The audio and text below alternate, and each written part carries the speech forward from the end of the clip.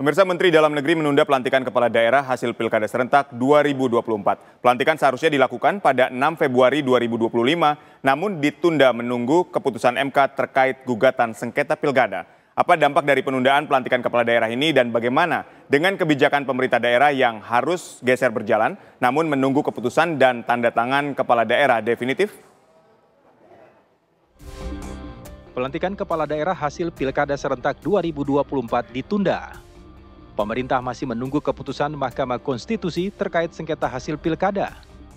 MK masih meneliti dan memilah gugatan sengketa pilkada mana yang layak untuk dilanjutkan ke proses persidangan atau tidak. Pemerintah beralasan dengan menunggu keputusan MK itu, pemerintah bisa melantik kepala daerah terpilih dalam jumlah yang lebih besar secara bersamaan. Hal itu juga bisa mengurangi persoalan kompleksitas administrasi dan koordinasi pemerintah daerah jika pelantikan kepala daerah dilakukan bertahap.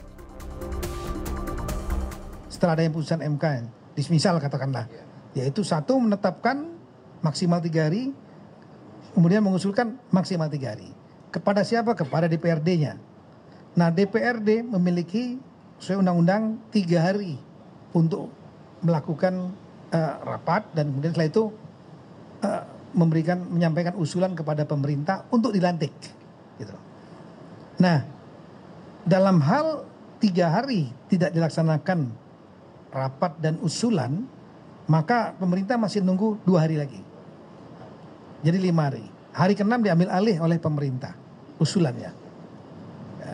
Nah, pemerintah setelah menerima usulan, baik itu dari DPRD atau yang diambil alih, dihitung setelah itu 20 hari maksimal sudah harus dilaksanakan pelantikan.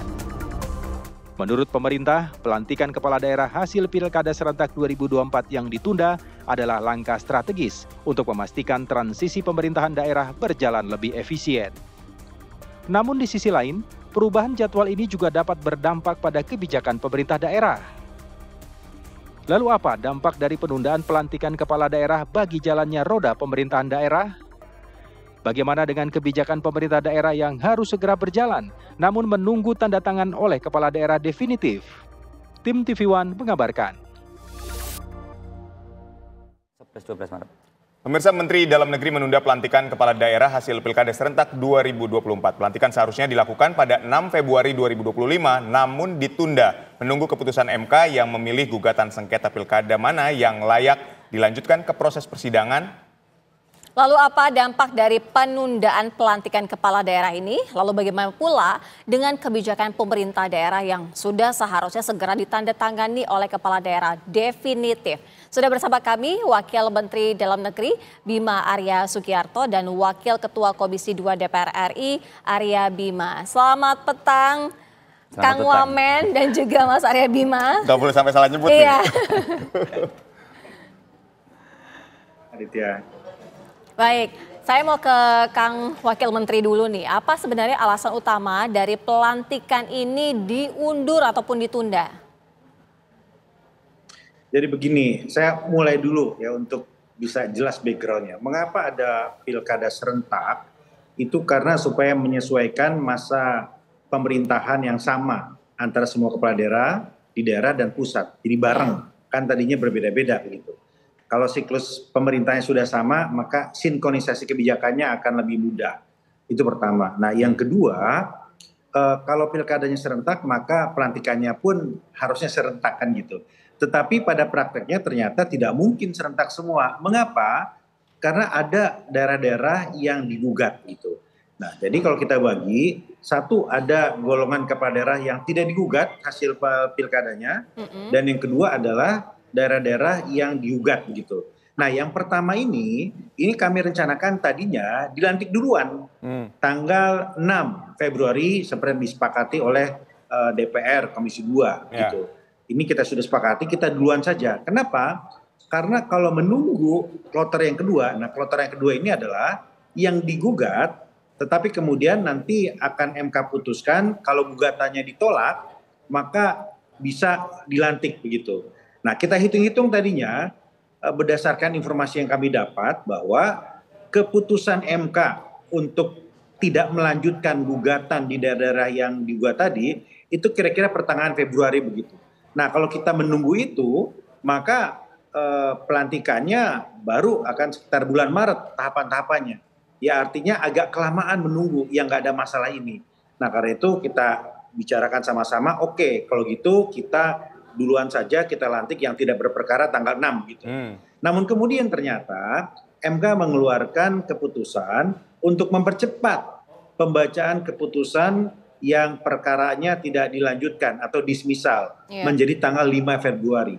Artinya kalau MK memutuskan 5 Februari, maka pelantikannya itu kalau dilihat dari aturannya itu bisa lebih cepat lagi.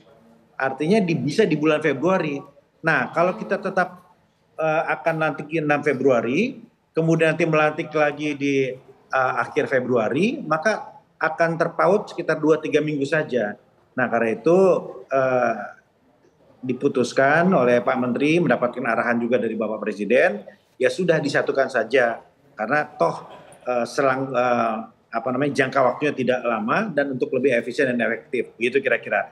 Nah, artinya kemungkinan besar kalau kita hitung-hitung tahapan waktunya, maka pelantikan itu akan dilakukan serentak, baik yang tidak berperkara di MK maupun yang ada gugatan tapi tidak lanjut, itu kira-kira antara 15 sampai 20 Februari. Begitu kira-kira. Baik, saya ingin ke Bang Arya langsung. Bang Arya, ketika ini dimundur, apakah nantinya berpotensi terjadinya permasalahan di daerah itu sendiri? Karena kan saat ini yang menjabat ada PJ-PJ-nya nih. Ya, itu sudah kita kupas ya antara Kemendagri termasuk Mas Wamen.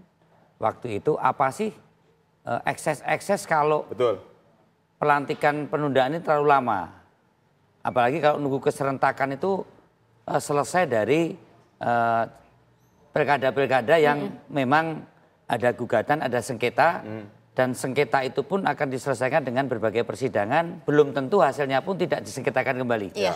Maka hal yang paling penting keserentakan ini harus kita lihat mana-mana yang sudah tidak bersengketa dari awal, kemudian tadi ada sengketa tapi ada dismisal yang tanggal 5 nanti mau diputuskan MK, akhirnya ini mau kita gabung.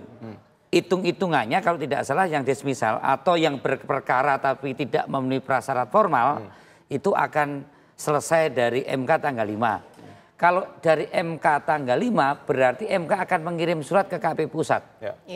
KPU Pusat akan mengirim ke KPUD. KPUD akan mengirim ke DPRD dan DPRD akan meminta kepada Depdagri untuk minta adanya pelantikan kan itu. Kalau tadi Mas Wamen bicara penundaan dari tanggal 6 mungkin sampai tanggal 15 itu kalau orkestrasinya bisa serempak memang kalau tepat ya. Kalau tepat bisa. Nah, kekhawatiran kita kemarin kenapa kita akhirnya sepakat tanggal 6 supaya ekses PJ-PJ atau bupati existing yang sudah tidak jadi lagi ini akan mengganggu keserentakan dari harmonisasi penggunaan anggaran daerah yang mana filosofinya kan kenapa serentak supaya ada harmonisasi penggunaan anggaran di tingkat pusat, siklusnya itu berbarengan dengan anggaran daerah itu. Nah kalau ini penundaannya terlalu lama, siklus itu akan mengganggu. Yang kedua kita juga segera akan memasuki bulan Ramadan dan Idul Fitri. Ini pasti berbagai problem dinamika persoalan daerah itu semakin tinggi, bisa masalah arus mudik, harga sembako, segala macam lah. Maka tepat sebenarnya keputusan tanggal 6 kemarin kita buat untuk ada pelantikan serentak, bahkan pelantikan serentaknya pun kita mengubah keputusan Presiden yang nomor 80 yang tanggal 7 untuk bupati, yang tanggal 7 untuk gubernur, yang tanggal 10 untuk bupati kita jadikan satu, gubernur dan bupati dilantik bersama oleh Presiden kan itu. Baik, Bang Arya, tapi tanggal 15 sampai 20 ini terlalu lama nggak? Tadi kan sudah disebut saya sama Pak Wamendagri. Kalau hanya mundur hari, saya tidak melihat ada sesuatu yang krusial ya. Asalkan sekali lagi usahakan 15 sampai 20 itu tidak berubah lagi, on time lagi. Karena tadi siklusnya MK ke KPU, KPU ke KPUD, KPUD ke Iya. DPRD, Tapi DPRD ada tidak Paripurna. sih solusinya Mas, paling tidak begitu supaya ini kan tadi tujuannya adalah keserentakan pilkada. Nah kalau sekarang ini kan artinya tidak bisa azas itu diberlakukan. Tapi solusinya apa nih? Kalau misalnya 15-20 benar-benar tercapai, tapi kalau mundur lagi kan masalah lagi. Kalau 15-20 tadi hitungan mungkin nanti Mas Wamen bisa ngitung. Itu kan 508 kabupaten kota, kemudian 37 provinsi. Nah, 508 ini yang tidak bersengketa kurang lebih sekitar 250. Yang bersengketa sekitar 200-an gitu. Jadi kalau nanti yang ternyata tidak memenuhi syarat formal ini sekitar 100.